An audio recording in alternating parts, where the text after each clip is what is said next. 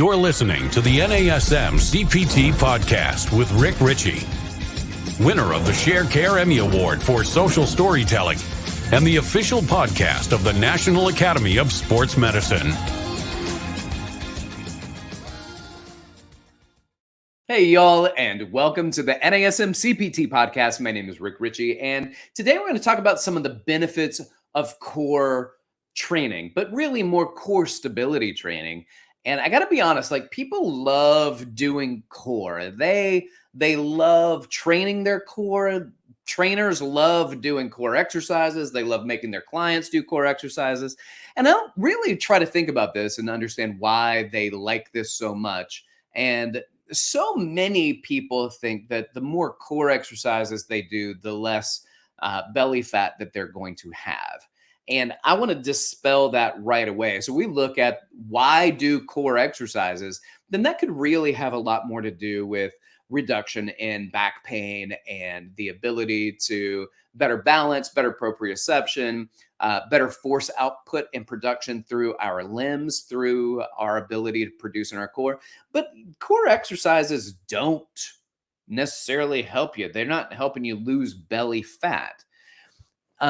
It's possible that you can hypertrophy, you can build your abdominal muscles. They don't grow very much. It's not a lot of hypertrophy. So an example that I give for people, if you're looking to see your abs, then core exercises are not the answer, primarily because let's say I take a baseball and I put it on the couch here next to me. I take this pillow and I put the pillow over it. And so now I've got this baseball underneath the pillow, and the baseball's there, you just can't see it. And let's say now I hypertrophy the baseball, and now I take a softball and I put it under the pillow. Now my core muscles are bigger, but it's still under the pillow and I can't see it.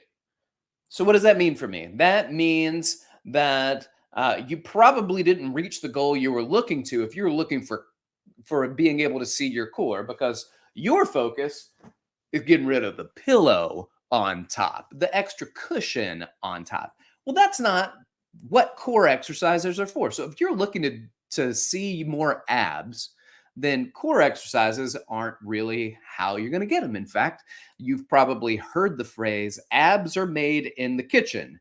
And what that means is your greatest weight loss comes from your diet, your ability to decrease the amount of food that you're intaking in order to lose body fat.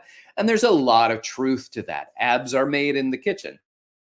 And hypertrophy your abs, but that's not really the benefits of core stability training. Some of the benefits, which I think are interesting, I like this one where it looks at low back pain. This is Hang et al. 2021, the effects of core stabilization exercises and strengthening exercises on proprioception, balance, muscle thickness, and pain-related outcomes in patients with subacute, nonspecific low back pain.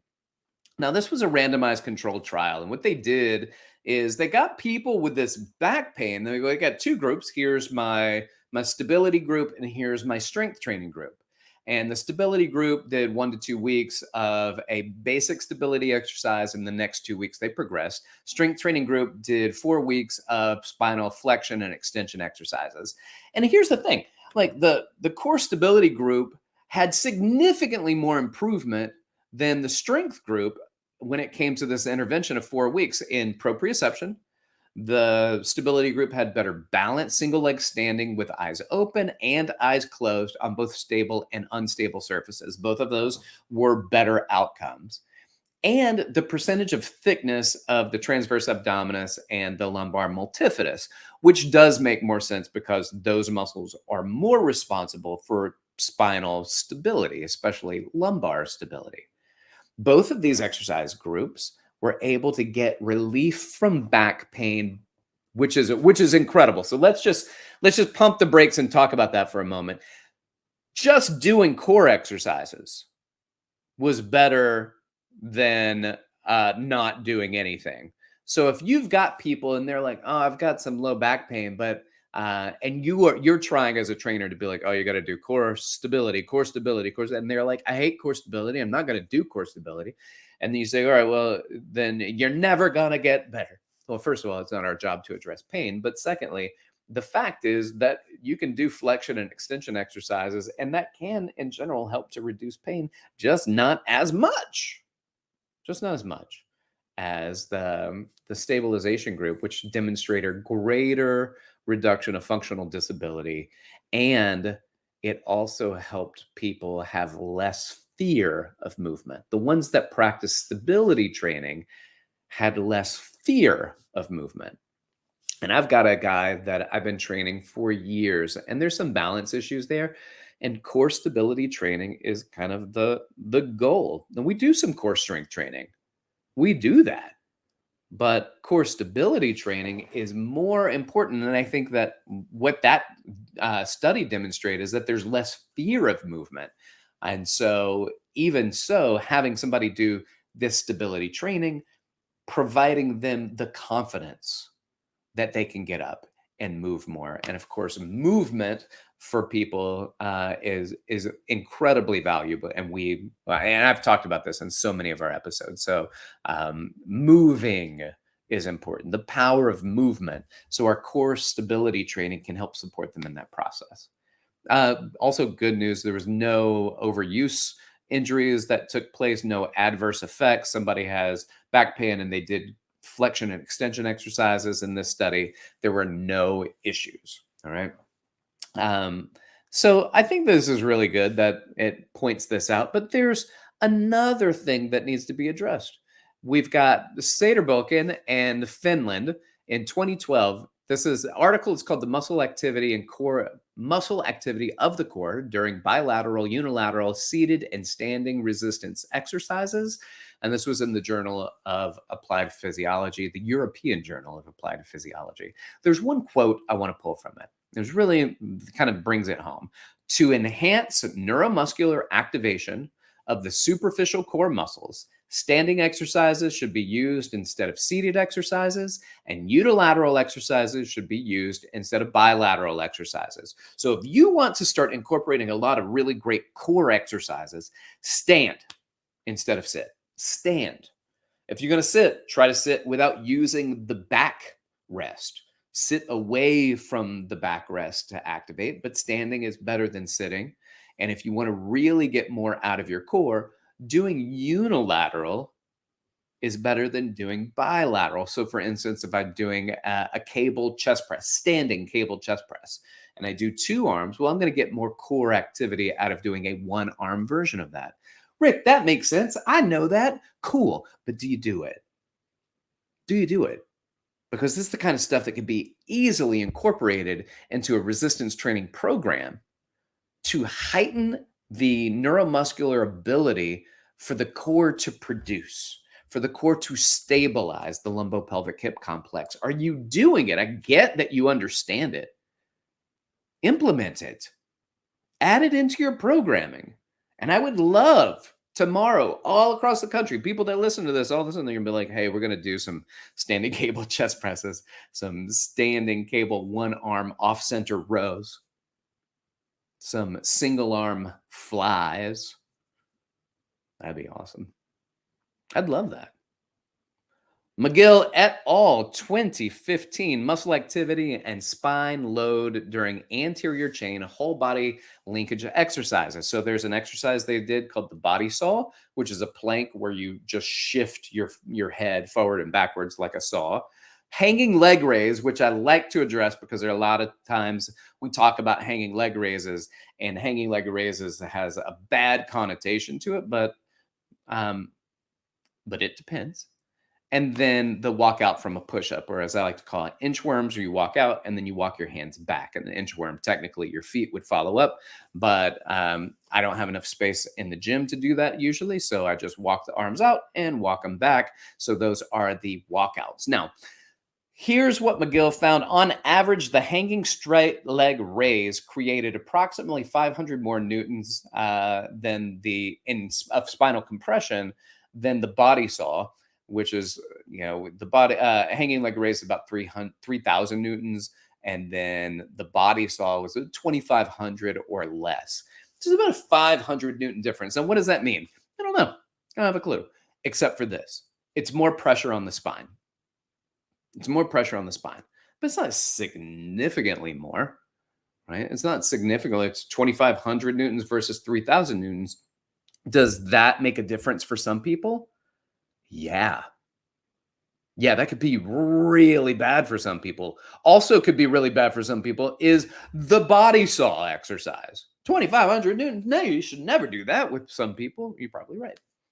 In fact, you probably shouldn't do planks with some people. I think prone iso abs or a forearm plank position is incredibly challenging for a lot of people, especially if they're not dialed into their stability muscles in their core. I've mentioned this before on the show. My wife had back pain. She went to physical therapy. She said, I don't like doing the physical therapy exercises because it hurts. I said, what hurts? She said, they want me to do a plank. It hurts my back. I said, well, don't do a plank. She said, well, that's what the therapist told me to do. I said, let's go see another therapist. I can't give you an exercise that causes you the pain that you're trying to get out of, because that is contraindicated. That is counterintuitive. We don't go into pain to get out of the same pain that we went to the doctor to go see to get out of. What does that mean? That means what should be a good stability exercise and is not a good stability exercise for her at this time. It may be great later on down the road. So we've got this idea that some exercises are great for some people and not great for others. And we look at it, the hanging straight leg raises created the highest challenge to the abdominal wall. The muscles in the abdominal wall that were tested, all of them were tested with hanging leg raises. You've heard NASM, and we've said for a long time, hanging leg raises may be contraindicated because so many people have tight hip flexors. It doesn't mean that it doesn't work your abs. It does. It can. You raise your legs up. That's a lot of ab activity going, please don't rip my spine off of me. Is it bad? It depends. Is it for everyone? Definitely not. Should I be doing this as an initial exercise with people? I don't think so. I think really you should be doing core stability exercises and working your way to core movement exercises. Hence the OPT model teaching that. We don't ever say in the model, you should never do straight leg raises or hanging leg raises or knee raises. We just say that could be contraindicated or counterintuitive if you have those overactive hip flexors that put a lot of pressure on your spine. Otherwise, go for it. It may not be bad for you. It may not be bad for some of your clients or most of your clients or any of your clients, or it could be bad for all of them. That's what the assessment is for. It said that the body saw had the greatest activation in the serratus anterior. Yo, I did not know that. All of a sudden, I was like, I love this exercise. The body saw being in that forearm plank position and just rocking your body forward. It's like little calf raises, moving your body forward and backwards. And we see great activation in your serratus anterior. I love that. Will it be great activation for everybody's serratus anterior? No, because some people's serratus anterior are so underutilized that doing this exercise may not help them at all. So you may have to regress the exercise. You may have to do some elbow scoops. You may have to do some wall angels. You may have to do some protraction, retraction with the arms going up just to get the beginning of activations before doing this movement can even be supported. All of the exercises, the saw, hanging leg raises, and the walk out from push-ups, they all challenge the abdominals very well. It says that the body saw did so in this is a quote, the most spine conserving way. And what I think that means is probably the most protective way. So the less movement in the spine to be supportive for a conservative approach between these three exercises. All right, y'all. Thanks for listening. Thanks for all you core mongers out there that want to learn more about the core. And I hope that you found this helpful. Like, subscribe, share with your fitness friends and family. And you can reach out to me if you want a particular topic you want to hear about. You can hit me up on Instagram at dr.rickrichey, or you can email me, rick.richey@nasm.org. Thanks for listening. Keep inspiring people to fitness. This has been the NASM-CPT Podcast.